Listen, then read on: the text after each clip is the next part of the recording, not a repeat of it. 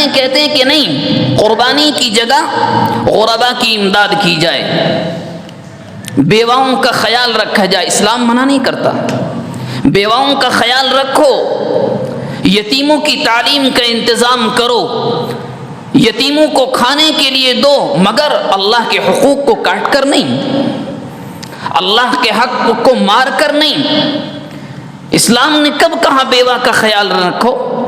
کب کہا کہ یتیم کی تعلیم کے لیے ضرورت ہے تو تم رقم یا کتابوں کے ذریعے سے امداد نہ کرو؟ کہاں؟ بلکہ یہاں تک فضیلت سنائی گئی کہ یتیم کے سر پر ثواب کی نیت سے ہاتھ پھیرو، خیال رکھو۔ یہاں تک کہا کہ تمہاری کفالت میں یتیم آ جائے، مال مت کھانا، حرام ہے، دھوکہ مت دینا، یتیموں کے مال میں خیانت مت کرنا، جب بڑے ہو جائیں ان کا مال ان کے حوالے کر دو۔ ہاں، اگر اللہ کے حقوق آئیں، اسلام کے احکامات آئیں تو ان کو ادا کرو۔ اور بڑی عجیب بات یہ ہے کہ ایسے اعتراض کرنے والوں کو یتیم اور غریب اور بیوہ اس وقت یاد نہیں آتے جب کسی فنکشن کے لیے وہ اپنے لیے خاص 10,000 کا ڈریس خریدتے ہیں۔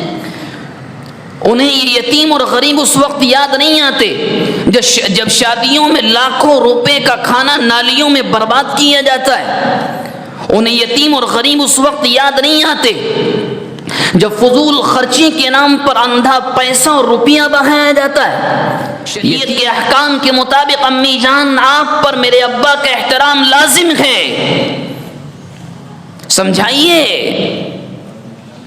آج کل خواتین جب ان کی عمریں 50 سال ہو جاتی ہیں، ساس بن جاتی ہیں، یا نہیں بھی بنتی، عمر بڑی ہو جاتی ہے، شوہروں کی ناقدریاں، اللہ رحم فرمائے، ایسے جملے کہ گھروں پر آفتیں اترتی ہیں، برکتیں ختم ہو جاتی ہیں۔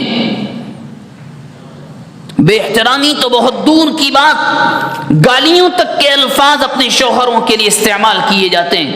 بسم اللہ الرحمن الرحیم۔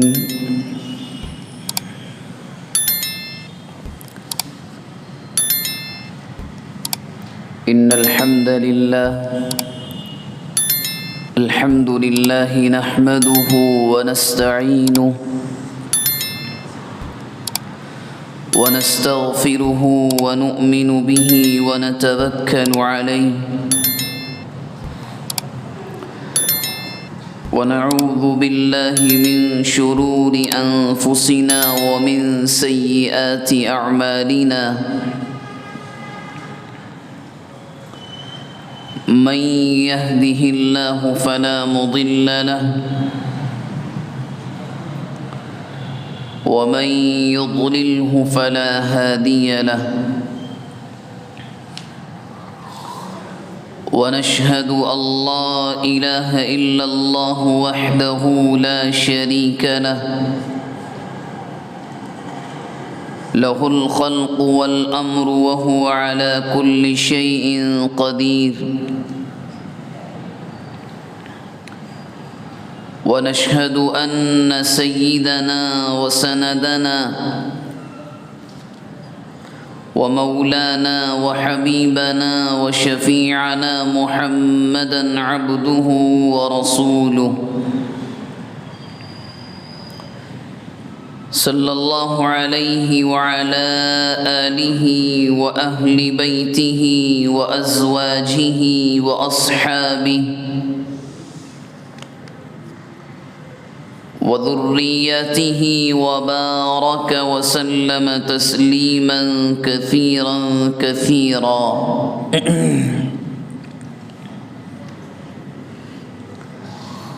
أما بعد فأعوذ بالله من الشيطان الرجيم بسم الله الرحمن الرحيم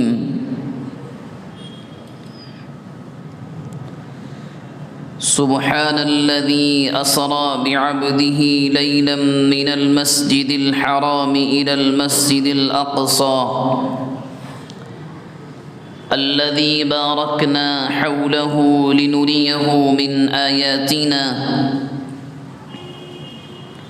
إنه هو السميع البصير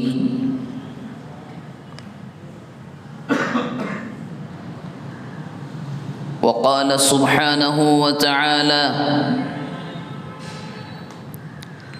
وأمر أهلك بالصلاة واصطبر عليها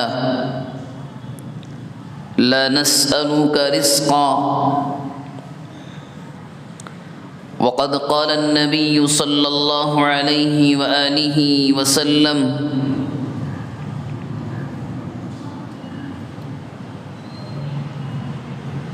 الكيس من دان نفسه وعمل لما بعد الموت أو كما قال النبي صلى الله عليه وآله وسلم اللهم صل على محمد النبي الأمي وعلى آله وسلم تسليما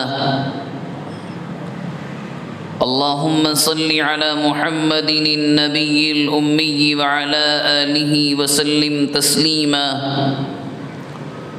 اللهم صل على محمد النبي الأمي وعلى آله وسلم تسليما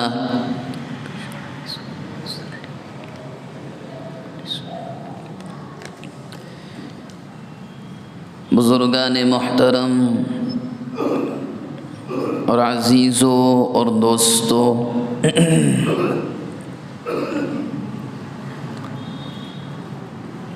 ہم سب جانتے ہی ہیں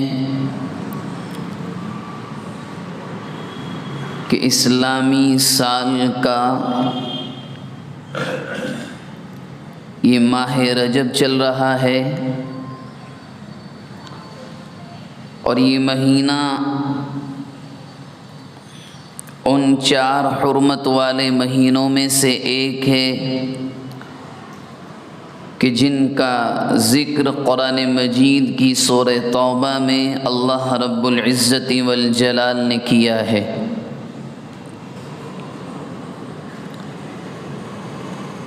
اس مہینے کے فضائل، اس میں ہونے والی بدعات و خرافات،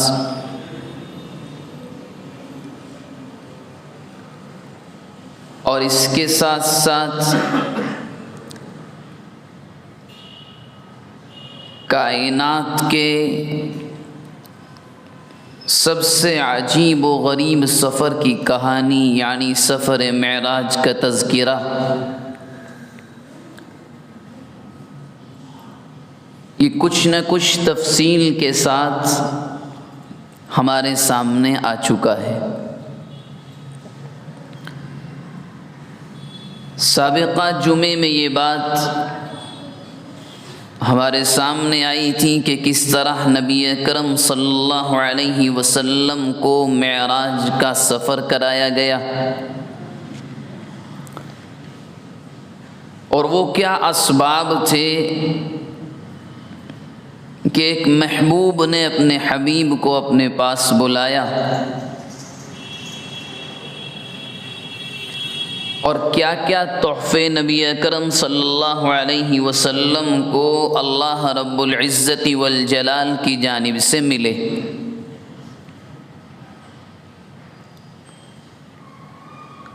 اور اخیر میں یہ ذکر کیا گیا تھا کہ آئندہ ہفتے یعنی آج اس بات کو عرض کرنے کی کوشش ہوگی کہ معراج کا جو مکمل سفر ہے، جس کو خود نبی اکرم صلی اللہ علیہ وسلم نے بیان فرمایا ہے، اس سفر سے ملنے والے اسباق کیا ہیں، وہ کون سے سبق اور وہ کون سی ہمارے لیے عمل کی باتیں ہیں کہ جو اس سفر کے ذریعے سے ہمیں اور آپ کو جاننے کو ملتی ہیں۔ اور اس کے ساتھ ساتھ نبی اکرم صلی اللہ علیہ وسلم کو کیا دکھایا گیا، جس کا تذکرہ آپ علیہ الصلاۃ والسلام نے آ کر کے بیان فرمایا۔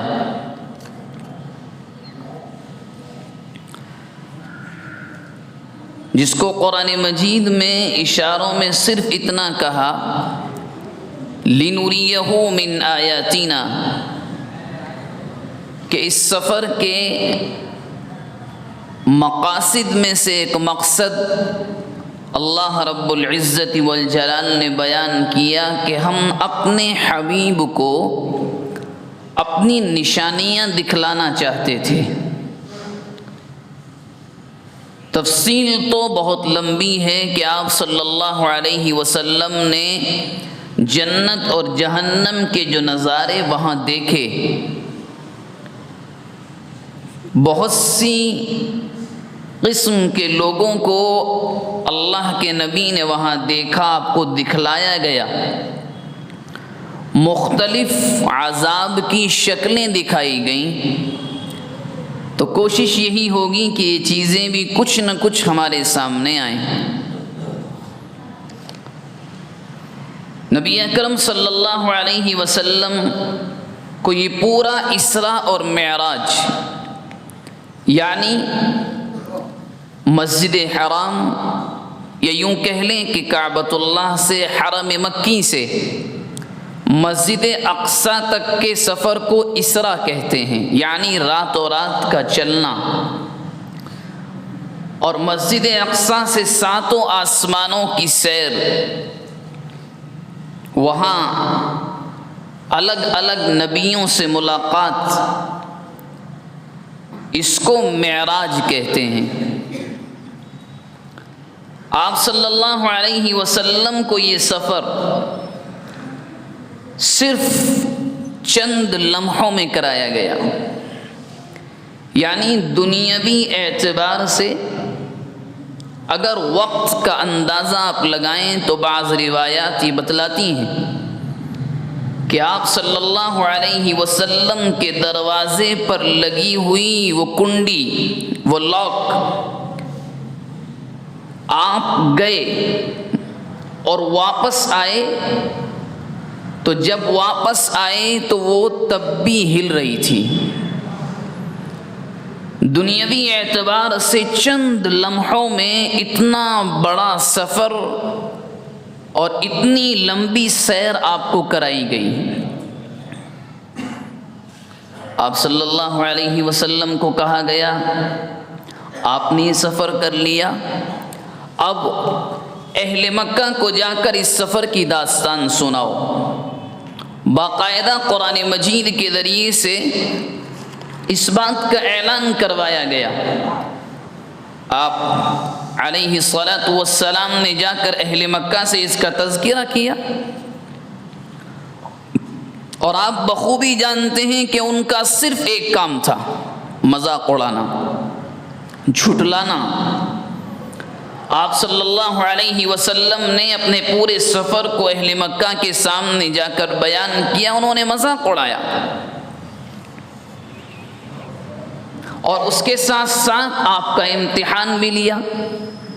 جب آپ نے کہا کہ میں رات و رات مسجد حرام سے یعنی مکے سے فلسطین گیا، مسجد اقصی سے پھر آسمانوں کی سیر مجھے کرائی گئی، تو انہوں نے آپ کو آزمانے کے لیے یہ پوچھا کہ بتاؤ مسجد اقصی کے ستون کتنے ہیں؟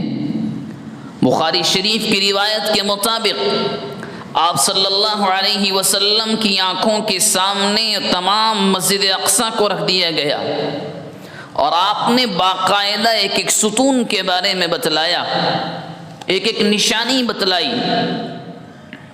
بالکل سچی باتیں آپ نے بیان کی، اور یہاں تک آپ نے بیان کیا کہ مکہ والوں کا ایک قافلہ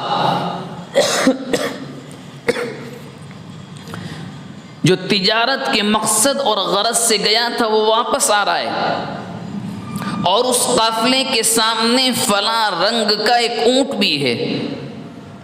وہ قافلہ یہاں تک آپ نے بتلایا اللہ کی جانب سے وحی کی بنیاد پر کہ فلاں دن جس چال سے وہ چل رہا ہے فلاں دن مکہ مکرمہ پہنچے گا، اور اسی دن وہ قافلہ مکہ آیا۔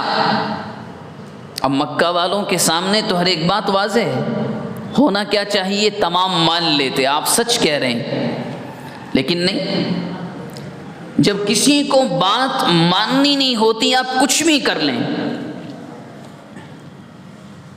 اللہ رب العزت والجلال کے حکم کے بعد انبیاء کی اطاعت، ان کا اتباع ہوتا ہے۔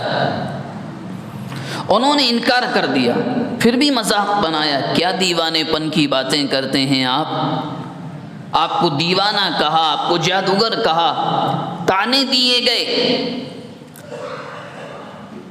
حضرت ابوبکر صدیق رضی اللہ عنہ راستے میں ہیں، کسی نے جا کر کہا کہ آپ نے سنا کہ آپ کے دوست اور ساتھی محمد کیا کہہ رہے ہیں آج؟ انہوں نے پوچھا کیا کہا؟ اس نے کہا کہ وہ کہتے ہیں کہ چند لمحوں میں وہ یہاں سے مسجد اقصی بھی گئے، وہاں سے ساتوں آسمانوں کی سیر عرش الہی کو دیکھ کر اللہ سے ملاقات کر کے آئے ہیں، تمہارا کیا کہنا ہے؟ حضرت ابوبکر نے پوچھا کیا وہ ایسا ہی کہہ رہے ہیں؟ کہنے والے نے کہا کہ ہاں۔ حضرت ابوبکر صدیق نے کہا بالکل سچ کہتے ہیں۔ ان کو اس واقعے کی خبر دینے والا کہتا ہے کہ تم کیسے اس کی تصدیق کر رہے ہو؟ وہ کہنے لگے یہ تو بہت چھوٹی سی بات ہے، محمد نے آ کر کہا مجھ پر وحی آتی ہے، میں نے اس کی تصدیق کی۔ انہوں نے کہا مجھے اللہ نے نبی بنایا، میں نے اس کو سچ کہا۔ وہ جو کہتے ہیں وہ سچ کہتے ہیں۔ اور آپ شاید جانتے ہوں گے کہ اسی تصدیق کی بنیاد پر حضرت ابوبکر صدیق رضی اللہ عنہ کا لقب صدیق پڑا۔ اس سے پہلے صدیق نہیں تھا۔ اسی تصدیق کی بنیاد پر کہ جب مکہ مکرمہ کے ایک راستے میں کھڑے ہو کر صرف سننے کی بنیاد پر یہ کہا کہ اگر محمد صلی اللہ علیہ وسلم نے واقعہ بیان کیا ہے تو بالکل سچا ہے، کوئی شک نہیں، کوئی شبہ نہیں، نعوذ باللہ۔ ان کی زبان سے نعوذ باللہ جھوٹ نہیں نکلتا، وہ تو وہی بولتے ہیں جو اللہ بلواتے ہیں، جو اللہ کا فرشتہ پیغام، جو میسج وہ فرشتہ لے کر آتا ہے وہ وہی کہتے ہیں، وہی سناتے ہیں۔ یہیں سے حضرت ابوبکر صدیق رضی اللہ عنہ کا لقب صدیق پڑا۔ اور صدیقیت انبیاء کرام کے بعد سب سے بڑا درجہ ہے۔ اسی بنیاد پر پوری کائنات میں اللہ رب العزت والجلال کے بعد اور تمام پیغمبروں کے مرتبے کے بعد سیدنا حضرت ابوبکر صدیق رضی اللہ عنہ کا مرتبہ ہے۔ تمام صحابہ میں سب سے بلند نبی اکرم صلی اللہ علیہ وسلم نے ان کے بارے میں فرمایا کہ میں نے اسلام کی دعوت جس کے سامنے پیش کی اس نے تھوڑا انتظار کیا، سوچا، مگر جب میں نے اپنے دوست ابوبکر سے کہا کہ میں اسلام لے کر آیا ہوں، میں اللہ کا نبی ہوں، نہیں سوچا کچھ نہیں، اللہ کے نبی آپ آئیں میں آپ پر ایمان لاتا ہوں، ایک لمحہ نہیں، فوراً۔ اور آپ صلی اللہ علیہ وسلم فرمایا کرتے تھے کہ ابوبکر کا احسان کا بدلہ میں یہاں نہیں کل قیامت کے دن دوں گا۔ جان، مال، تن، من، دھن، خاندان تک سب کچھ قربان کر دیا، تب جا کر کے لقب ملا صدیق۔ خیر، میں یہ عرض کر رہا تھا کہ اللہ کے نبی نے آ کر کے اہل مکہ کو سنایا کہ مجھے رات معراج کا سفر کرایا گیا۔ انہوں نے مذاق اڑایا۔ حضرت ابوبکر نے تصدیق کی۔ سبق کیا ملا؟ سبق یہ ملا کہ اسلام کی بہت سی باتیں، بہت سے احکامات میرے اور آپ کی عقل میں نہیں اترتے، سمجھ میں نہیں آتے، مگر اس کے باوجود ماننا، اسی کو اسلام کہا جاتا ہے۔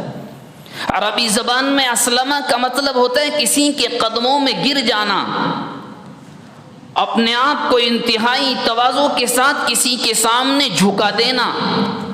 مسلم اسی کو تو کہتے ہیں، مان لینا بغیر چوں چرا کے، بغیر کسی ریزن کو پوچھے ہوئے۔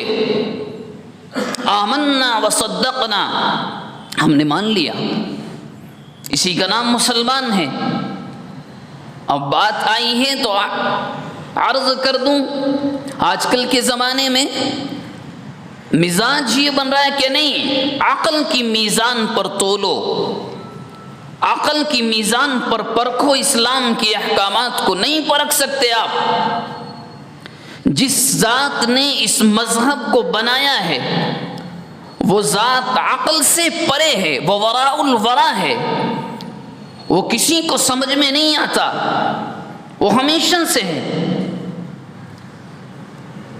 ایک شخص لاکھوں روپے خرچ کر کے مکہ مکرمہ جاتا ہے، کعبۃ اللہ کا طواف کرتا ہے، عقل سائنس یہ کہتی ہے دیوانہ ہے، صرف ایک عمارت کے چکر لگانے کے لیے اور ثواب لینے کے لیے لاکھوں روپے خرچ کر کے آ رہا ہے۔ اسلام یہ کہتا ہے کہ نہیں، ایک طواف مکمل کر کے 2 رکعت واجب پڑھو، اتنا ثواب ملے گا۔ صفا مروہ کی سعی کرو، عقل انکار کرتی ہے۔ عقل کے انکار کے باوجود مان لینا، تسلیم کر لینا، یہی تو ہے اصل پیغام۔ بقرعید کا موقع ہے، کچھ دیوانے کہتے ہیں کہ نہیں، قربانی کی جگہ غربا کی امداد کی جائے، بیواؤں کا خیال رکھا جائے۔ اسلام منع نہیں کرتا، بیواؤں کا خیال رکھو، یتیموں کی تعلیم کا انتظام کرو، یتیموں کو کھانے کے لیے دو، مگر اللہ کے حقوق کو کاٹ کر نہیں، اللہ کے حق کو مار کر نہیں۔ اسلام نے کب کہا بیوہ کا خیال رکھو؟ کب کہا کہ یتیم کی تعلیم کے لیے ضرورت ہے تو تم رقم یا کتابوں کے ذریعے سے امداد نہ کرو؟ کہاں؟ بلکہ یہاں تک فضیلت سنائی گئی کہ یتیم کے سر پر ثواب کی نیت سے ہاتھ پھیرو، خیال رکھو۔ یہاں تک کہا کہ تمہاری کفالت میں یتیم آ جائے، مال مت کھانا، حرام ہے، دھوکہ مت دینا، یتیموں کے مال میں خیانت مت کرنا، جب بڑے ہو جائیں ان کا مال ان کے حوالے کر دو۔ ہاں، اگر اللہ کے حقوق آئیں، اسلام کے احکامات آئیں تو ان کو ادا کرو۔ اور بڑی عجیب بات یہ ہے کہ ایسے اعتراض کرنے والوں کو یتیم اور غریب اور بیوہ اس وقت یاد نہیں آتے جب کسی فنکشن کے لیے وہ اپنے لیے خاص 10,000 کا ڈریس خریدتے ہیں۔ انہیں یہ یتیم اور غریب اس وقت یاد نہیں آتے جب شادیوں میں لاکھوں روپے کا کھانا نالیوں میں برباد کیا جاتا ہے۔ انہیں یتیم اور غریب اس وقت یاد نہیں آتے جب فضول خرچی کے نام پر اندھا پیسہ اور روپیہ بہایا جاتا ہے۔ یتیم اور بیوہ کبھی یاد آتے ہیں جب اللہ کا حقوق آتا ہے، جب اللہ کے حقوق آتے ہیں، اس کے احکامات آتے ہیں۔ اسی بنیاد پر کہا جاتا ہے اللہ کے احکامات کو عقل پر پرکھنے کی ضرورت ہی نہیں۔ ہاں، اس سے بھی انکار نہیں ہے کہ بعض احکامات کی بہت سی حکمتیں ہوتی ہیں، بہت سی وجوہات ہوتی ہیں، لیکن ہر حکم ہماری عقل کے ترازو پر پورا اترے، اس کو پرکھا جائے، یہ بالکل ضروری نہیں ہے۔ معراج کے سفر کا سب سے پہلا سبق یہی ہے، حالت کچھ بھی ہو اللہ کے حکم کو ماننا ہے تو ماننا ہے۔ اس کے بعد ایک چیز اور یہاں سے ملتی ہے کہ نبی اکرم صلی اللہ علیہ وسلم نے اس سفر کو آ کر کے اہل مکہ کے سامنے بیان کیا، اور پورا، اور حالات کیا تھے ایک مرتبہ آپ سوچیں، سوائے چند لوگوں کے ایک بھی ایسا نہیں تھا جو گالیاں نہ دیتا ہو، جو مذاق نہ اڑاتا ہو، جو آپ کے نئے نئے نام نہ رکھتا ہو۔ اس کے باوجود آ کر آپ نے معراج کے سفر کو آ کر کے بیان کیا۔ سبق کیا ملا؟ ادعو الی سبیل ربک بالحکمت والموعظۃ الحسنہ، اپنے رب کے پیغام کو پہنچاؤ، بیان کرو، حق بات بیان کرنے میں کوئی شرم نہیں، حکمت کے ساتھ، محبتوں کے انداز میں سمجھاؤ۔ اور حق بات کو چھپا لینا صرف اس خیال کے ساتھ ارے فلاں تو ہمارے دوست ہیں کہیں برا نہ لگ جائے، یہ مداہنت ہے، اور مداہنت حرام ہے۔ کسی کے برا لگنے یا نہ لگنے کی بنیاد پر میں یا آپ حق بات کو چھپا نہیں سکتے، یہ اسلام کے ساتھ خیانت ہے۔ کل قیامت کے دن بہت اچھی طرح سے اس کا سوال ہوگا۔ ایک دوست کے اندر کوئی غلط عادت ہے، تنہائی میں لے جا کر کہیں چائے پلانے کے بہانے سے لے جا کر محبتوں کے انداز میں سمجھائیں یہ چیز ہے جو آپ کر رہے ہیں وہ صحیح نہیں ہے، یہ شریعت کے خلاف ہے۔ ہاں یہاں رک کر یہ بات عرض کرنا ضروری ہے، سمجھانے کے نام پر ذلیل نہیں کیا جاتا۔ 10 لوگ کھڑے ہیں، آپ ان کے سامنے ان کی غلطی بتا رہے ہیں، یہ غلطی بتانا نہیں، یہ ذلیل کرنا ہے، یہ ان کی عزت کو سب کے سامنے نکالنا ہے، ان کی عزت پر ڈاکہ ہے۔ اگر سمجھانا مقصود ہے تنہائی میں، محبتوں کے انداز میں، پیار بھرے انداز میں، آپ ہمارے دوست ہیں، آپ سے ہمارا تعلق ہے، ان کو بتائیں کہ یہ چیز جو آپ کر رہے ہیں صحیح نہیں ہے۔ اس کو کہتے ہیں حق بات کا پہنچانا۔ کسی کو برا لگے تو لگا کرے، سب کو تو خوش آپ کبھی بھی نہیں کر سکتے، کبھی بھی آپ سب کو خوش نہیں رکھ سکتے۔ میں یہ چاہوں کہ آپ سب خوش ہو جائیں، ایسا ناممکن ہے، ایسا ناممکن ہے۔ مقصد یہ ہو کہ سامنے والے تک بات پہنچ جائے، اس کی پوری حقانیت کے ساتھ، پوری سچائی کے ساتھ، عمل نہ کرنا ان کا کام ہے۔ اس کے بعد نبی اکرم صلی اللہ علیہ وسلم کے اس سفر سے جو بڑی اہم چیز معلوم ہوتی ہے، اللہ کے نبی علیہ الصلاۃ والسلام کو جہنم کا منظر دکھلایا گیا، اور یہ بڑی اہم بات ہے۔ آپ فرماتے ہیں کہ میں نے وہاں پر جن لوگوں کو جہنم میں دیکھا ان میں زیادہ تعداد عورتوں کی تھی، اور آپ نے اس منظر کے بارے میں بیان فرمایا، فَلَمْ أَرَ مَنْظَرًا كَالْيَوْمِ قَطُّ أَفْظَعَ، ایسا سخت منظر، اتنا خطرناک ہیبت ناک منظر اللہ کے نبی بیان فرماتے ہیں اس دن سے پہلے کبھی نہیں دیکھا، میں نے کبھی نہیں دیکھا۔ اور آپ نے فرمایا کہ عجیب بات تھی، رأیت اکثر اہلھا النساء، اکثر تعداد عورتوں کی تھی۔ صحابہ اکرام نے پوچھا لم یا رسول اللہ، کیوں، وجہ کیا تھی؟ اللہ کے نبی علیہ الصلاۃ والسلام نے فرمایا بکفرہن، ان کی ناشکری کی وجہ سے، ان کے انکار کی وجہ۔ صحابہ نے پوچھا کیا انہوں نے اللہ کا انکار کر دیا تھا؟ اللہ کے نبی نے فرمایا نہیں، یکفرن العشیر، شوہروں کی نافرمانی کی بنیاد پر، احسان جتانے کی بنیاد پر۔ اللہ کے نبی علیہ الصلاۃ والسلام عورتوں کے ایک مجمع کے پاس سے گزرے، فرمایا صدقہ کیا کرو، استغفار کیا کرو۔ محدثین بیان فرماتے ہیں وجہ یہ ہے عورت کے مزاج میں ناشکری زیادہ ہے، اور باقاعدہ ایک جگہ اللہ کے نبی علیہ الصلاۃ والسلام نے تو یہاں تک کھول کر صاف صاف بیان فرمایا کہ ایک عورت کے لیے اس کا شوہر سالوں سال زندگی کھپا دے، پوری زندگی اس کے پیچھے لگا دے، وہ ایک دن یہ کہتی ہے کہ تم نے میرے لیے کیا ہی کیا ہے۔ اور بالخصوص جب کسی خاتون کے بچے جوان ہو جائیں لڑکے خاص طور پر اولاد جب جوان ہو جائے اور نیک نیک خواتین اپنی شوہر کی جو ناقدری کرتی ہیں وہ بیان سے باہر ہے، وہ بیان سے باہر ہے۔ جن الفاظ جو جملے وہ خواتین استعمال کرتی ہیں، اللہ رحم فرمائے، اللہ رحم فرمائے، اتنے خطرناک جملے اپنے شوہر کے لیے وہ استعمال کرتی۔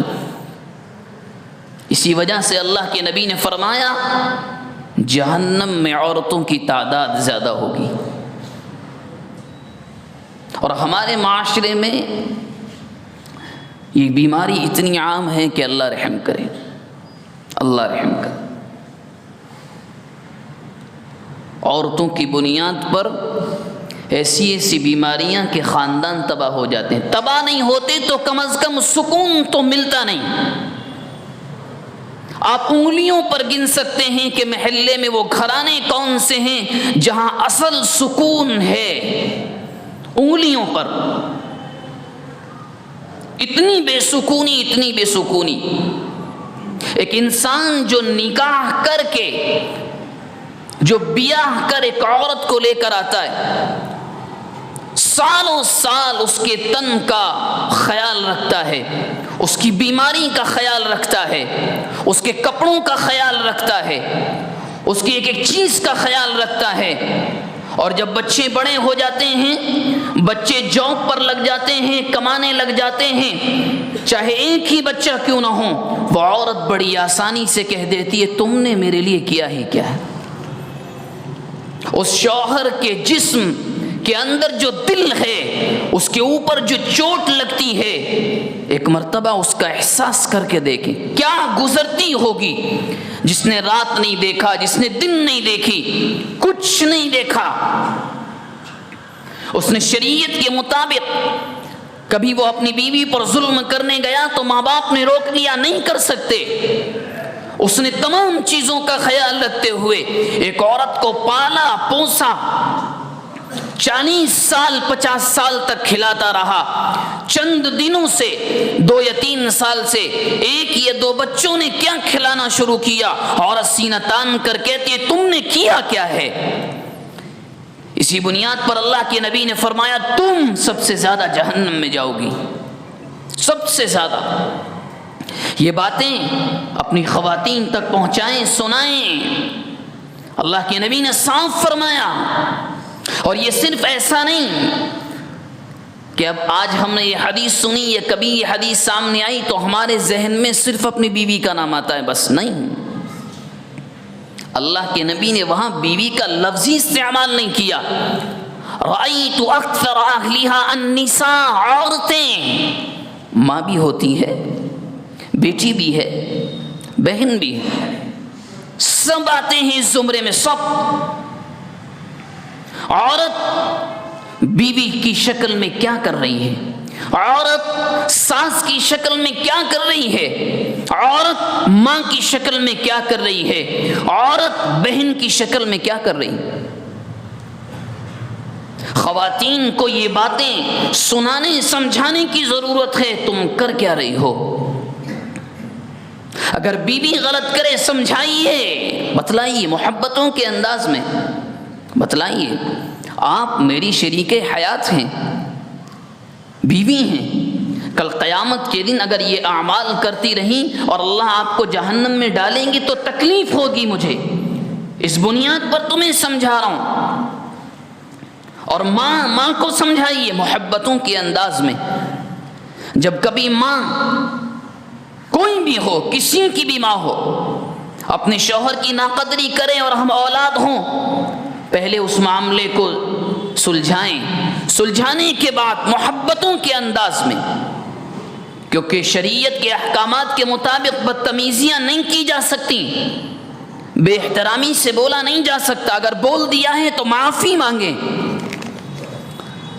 ماں کو سمجھائیں امی جان میں آپ کی اولاد ہوں، میں گستاخی کروں آپ کو مارنے کا حق ہے، آپ کو ڈانٹنے کا حق ہے، شریعت کی حدود میں آپ کو مجھے ڈانٹنے کا، ڈپٹنے کا، سزا دینے کا حق ہے۔ لیکن وہ آدمی آپ کا شوہر ہے، وہ کل بھی شوہر تھا، وہ 10 سال پہلے بھی شوہر تھا، وہ سانس کے اکھڑنے تک آپ کا شوہر رہے گا۔ شریعت کے احکام کے مطابق امی جان آپ پر میرے ابا کا احترام لازم ہے، سمجھائیے۔ آج کل خواتین جب ان کی عمریں 50 سال ہو جاتی ہیں، ساس بن جاتی ہیں یا نہیں بھی بنتی، عمر بڑی ہو جاتی ہے، شوہروں کی ناقدریاں، اللہ رحم فرمائے، ایسے جملے کہ گھروں پر آفتیں اترتی ہیں، برکتیں ختم ہو جاتی ہیں۔ بے احترامی تو بہت دور کی بات، گالیوں تک کے الفاظ اپنے شوہروں کے لیے استعمال کیے جاتے ہیں، گالیاں تک استعمال کی جاتی ہیں۔ کس کے لیے؟ اس کے لیے کہ جب تم بیاہ کر آئیں تمہارے ماں باپ تمہارے ساتھ نہیں تھے، تمہارے بھائی نہیں تھے، ہاں تم نے قربانی دی تھی اپنے گھر کو چھوڑنے کی، مگر گھر کس نے دیا؟ کما کر کون لایا؟ جس نے یہ نہیں دیکھا کہ گرمی کی دھوپ کسے کہتے ہیں، جس نے یہ نہیں دیکھا کہ صبح کو سردی میں نکلوں گا تو موسم کا ٹیمپریچر کیا ہوگا، جو کچھ نہیں دیکھ رہا تھا، جو تمہاری پیٹ سے جننے والے بچے کی خاطر دن رات کی تمیز کیے بغیر کماتا رہا، تمہارے بچوں کو جن کا جنم تمہارے پیٹ سے ہوا ان کو پڑھاتا رہا، اور آج جب وہ بچے بڑے ہو گئے، ان کی جوانی کی بنیاد پر ایک عورت اپنے شوہر کے ساتھ بدتمیزیاں کرتی ہیں، اپنے شوہر کو کھانا دینے میں اعتراض کرتی ہیں، اپنے شوہر کو دسترخوان لگانے میں موت آتی ہے، اور وہ جملے کہ بعض مرتبہ شوہر صرف سکون کی خاطر گھر کے 2 لقمے نہیں کھاتا اور وہ مسجد چلا جاتا ہے کہ کم از کم مسجد کے اندر سکون تو ملے گا۔ یہ ریالٹی ہے میرے اور آپ کے سماج کی، یہ حقیقت ہے میرے اور آپ کے معاشرے کی، جس سوسائٹی، سماج اور معاشرے کا ہم حصہ ہیں، بس ہم بدلنا نہیں چاہتے۔ ہم اپنی ماں، بیٹی، بیوی، بہن، ساس کو سمجھانا نہیں چاہتے، اور اب تو بیماریاں یہاں تک ہیں، یعنی ہمارے انصاف کا ترازو دیکھیں آپ، کہ ہم نے آنکھوں پر پٹیاں باندھ لی ہیں، اپنی بیٹی ہو، اپنا لخت جگر ہو تو مقصد یہ ہوتا ہے کہ داماد بیٹی کا غلام بن کر رہے، بیٹی کا غلام بن کر رہے، اور اپنے گھر میں آنے والی دوسرے کی لخت جگر، اس کے تعلق سے مقصد یہ ہوتا ہے وہ ہمارے پاؤں کی جوتی بن کر رہے، اس سے ہمارا بیٹا یعنی اس لڑکی کا شوہر گھر کے راز کی باتیں نہ کرے۔ یہ کیسا انصاف ہے؟ یہ کیسا معاشرہ ہے؟ ہم نے اس جنت کو آگ لگا کر خود جہنم بنا دیا، ہم نے باغ کو خود ویران کر دیا، ہم نے ایک پھلتے پھولتے درخت اور جھاڑ کو بے پھل خود کیا ہے، ہم نے معاشرے کی جڑیں خود کاٹی ہیں۔ خود سوچیں آپ، جس لڑکے کے آپ باپ ہیں، جس کے نکاح میں کوئی لڑکی آئی ہے، اگر آپ اپنے لڑکے کو روک رہے ہیں کہ نہیں، راز و نیاز کی باتیں نہیں کر سکتے، بیوی کے ساتھ تنہائی میں نہیں کھا سکتے، اللہ کے نبی نے بیوی کے منہ میں اپنے ہاتھ سے لقمہ رکھنے کو صدقہ بتلایا، اس کو ہمارا معاشرہ اگر روک رہا ہے تو کل شکایت اس وقت کیوں ہو جاتی ہے جب ہماری لڑکی کے ساتھ بھی اس کے سسرال میں وہی سلوک ہوتا ہے؟ انصاف تو برابر ہونا چاہیے، ترازو کے دونوں پلڑے بھاری بالکل برابر ہونے چاہیے، ایک بھاری اور ہلکا کیوں؟ میری بیٹی شہزانی، دوسرے کی بیٹی باندی اور غلام، یہ انصاف نہیں ہے۔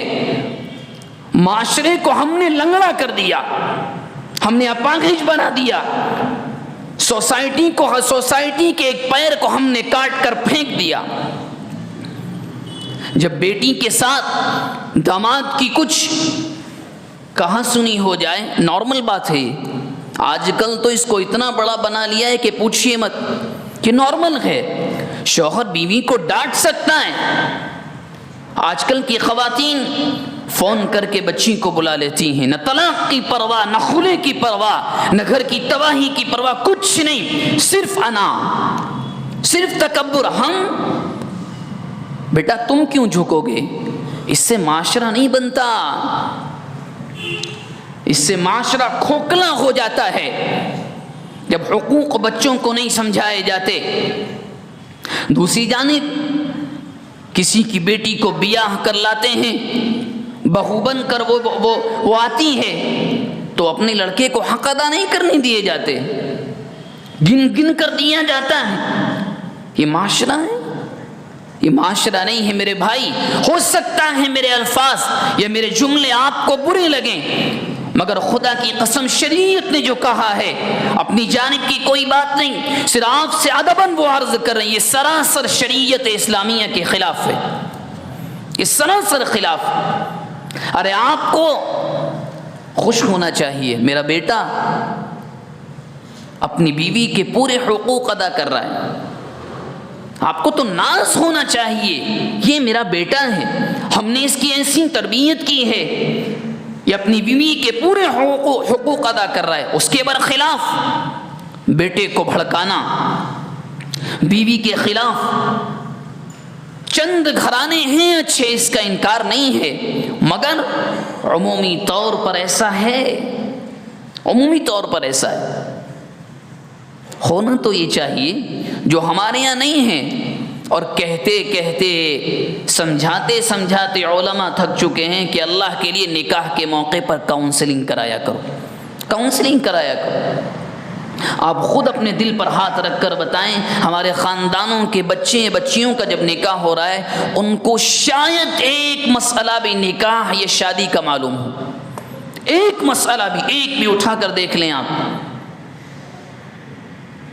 جا کر پوچھ لیں۔ آپ نہ بچی کی کاؤنسلنگ ہے، نہ اس کو مسائل کا سمجھانا ہے، نہ بچے کو سمجھانا ہے۔ تو میرے بھائی یہ تو خود ایسا ہے کہ ہمارے سامنے زہر رکھا ہے، ہم نے پی لیا، نقصان معلوم ہونے کے باوجود علماء موجود، نہیں پوچھنا چاہتے، شرم آتی ہے، کتابیں موجود، کتابیں موجود۔ اگر کوئی باپ، سنیں غور سے، اگر کوئی باپ اپنے بیٹے کے نکاح سے پہلے اگر یا تو اس کو خود سمجھائے، اگر نہیں سمجھا رہا ہے، نکاح کے مسائل نہیں سکھا رہا ہے، اور کسی عالم کے پاس بھی نہیں بھیج رہا ہے، تو رب کعبہ کی قسم کل ہونے والی طلاق کا ذمہ دار باپ بھی ہوگا۔ اگر کوئی ماں اپنی بیٹی کو شادی کے بعد کے مسائل، شوہر کے حقوق، ساس اور سسر کے حقوق نہ سمجھاتے ہوئے اس کو ورغلا رہی ہے، تو خدا کی قسم خلع کے نتیجے کی ذمہ دار یہ ماں بھی ہوگی۔ ہم نے مذاق سمجھ لیا ہے۔ صرف 3 یا 4 دن کاؤنسلنگ کر کے دیکھیے، بھائی ہے سمجھائیے، آپ کا نکاح ہوگا۔ ایک لڑکی آپ کے نکاح میں آئے گی، اس کے مسائل یہ ہیں، آپ کے حقوق ادا کرنے ہوں گے، آپ کو ماں کا بھی خیال رکھنا ہوگا، بیوی کا بھی خیال رکھنا ہوگا، آپ نے دونوں کے حقوق ادا کرنے ہوں گے۔ بیٹی ہوگی، سمجھایا جائے ہم تیرے حقیقی ماں باپ ہیں، مگر مجازی ماں باپ وہ بھی ہیں، جس کے نکاح میں تم جا رہی ہو اس کو اپنے سر کا تاج سمجھنا، اس کو اپنا آقا سمجھنا، اس سے بڑھ کر کوئی نہیں ہے۔ سمجھا کر تو دیکھیں آپ، کچھ تو کمی آئے گی، کچھ تو معاشرہ سدھرے گا۔ اب یہ سب قسم کھا کر بیٹھے کہ نہیں ہم نہیں سدھریں گے۔ ہاں سکھایا کیا جاتا ہے، وقت نہیں ہے۔ بعض لوگ کہتے ہیں کہ نہیں مولوی صاحب شادی اور بیاہ کا تذکرہ کیوں؟ خدا کی قسم آپ کیلکولیشن کر کر دیکھیں، معاشرے کی 70% برائی یہاں صرف نکاح کی بنیاد پر ہے۔ نکاح کی بنیاد کا مطلب نکاح سے پہلے کاؤنسلنگ نہیں کی جاتی، حقوق نہیں سمجھائے جاتے۔ سمجھایا کیا جاتا ہے؟ نہیں، بیٹا ہے IT میں جاب کرتا ہے، بڑے آپ کی زبان میں بول رہا ہوں، ہمیں جوڑے کی رقم 30 لاکھ چاہیے۔ ہم چہروں کے ساتھ جانتے ہیں، آپ نہ کہلوائیں، درد ہوتا ہے، تکلیف ہوتی ہے، جاننے کے باوجود ایسا کیا جاتا ہے، جاننے کے باوجود۔ ہم ان کے چہروں کے ساتھ جانتے ہیں جو آ کر محبت رسول کی قسم کھاتے ہیں، رونا آتا ہے۔ یہ اندھا پن نہیں ہے، یہ پاگل پن نہیں ہے، اللہ کے نبی کے دامن پر داغ لگانا اور کسے کہیں گے آپ؟ اسلام کی عزت کو لوٹنا اور کسے کہیں گے آپ؟ سچ جاننے کے باوجود جھوٹ بول رہے ہیں آپ اور ہم، جاننے کے باوجود اسلام کی پیٹھ میں خنجر گھونپ رہے ہیں ہم اور آپ، اور کوئی سننے کے لیے تیار نہیں، ماننے کے لیے تیار نہیں۔ ہر نکاح کے موقع پر آپ یقین کریں آٹو کا چلانے والا بھی 1 لاکھ جوڑے کی رقم بیٹے کے نام پر مانگ رہا ہے۔ آپ کیا سمجھ رہے ہیں؟ واقعات نہیں آتے علماء کے پاس، معاشرہ ہے، ریالٹی سب کو معلوم ہوتی ہے۔ غریب تو اس کا حال کیا ہوگا جو 1 لاکھ مہینے کے کماتا ہے؟ کوئی پرواہ نہیں مولوی صاحب فلاں بھی ہے فلاں بھی، کچھ چیز کا خیال نہیں۔ آپ یقین کریں شادیوں کے نام پر صرف ڈھکوسلا بازی، صرف دھوکے بازی، لڑکی والوں کو لوٹنا۔ جب آپ جہیز لے کر آئیں گے تو سنیں میرے جملے کو، غلام بننا پڑے گا۔ آپ بھیک مانگ کر لائیں گے تو جو قرآن نے کہا الرجال قوامون علی النساء، مردوں کو ہم نے عورتوں پر ذمہ دار بنایا ہے، آپ کو عورتوں کو ذمہ دار بنانا ہوگا۔ آپ انکار نہیں کر سکتے۔ جس بہو سے یا جس بہو کے ہاتھ آپ نے اپنے بیٹے کو 20 لاکھ میں 10 لاکھ میں بیچا ہے، اس بہو کو گھر کا ذمہ دار بنانا ہوگا آپ کو۔ کیوں؟ آپ انسانیت کے خلاف گئے ہیں، آپ فطرت کے خلاف گئے ہیں۔ کہنے کو باتیں بہت سی ہیں، مگر معراج کے سفر سے جو چیز معلوم ہوتی ہے وہ یہ ہے، اپنی خواتین کو سمجھائیے، پیغام پہنچائیے، ماں ہو، بیٹی ہو، بیوی ہو، بہن ہو یا ساس کیوں نہ ہو، سمجھائیے ادب کے دائرے میں، بدتمیزیاں نہیں، بے احترامیاں نہیں، ادب کے دائرے میں۔ کہ اللہ کے نبی کا یہ ارشاد ہے، آپ نے فرمایا رأیت اکثر اہلھا النساء، میں نے اکثر خواتین کو دیکھا ہے۔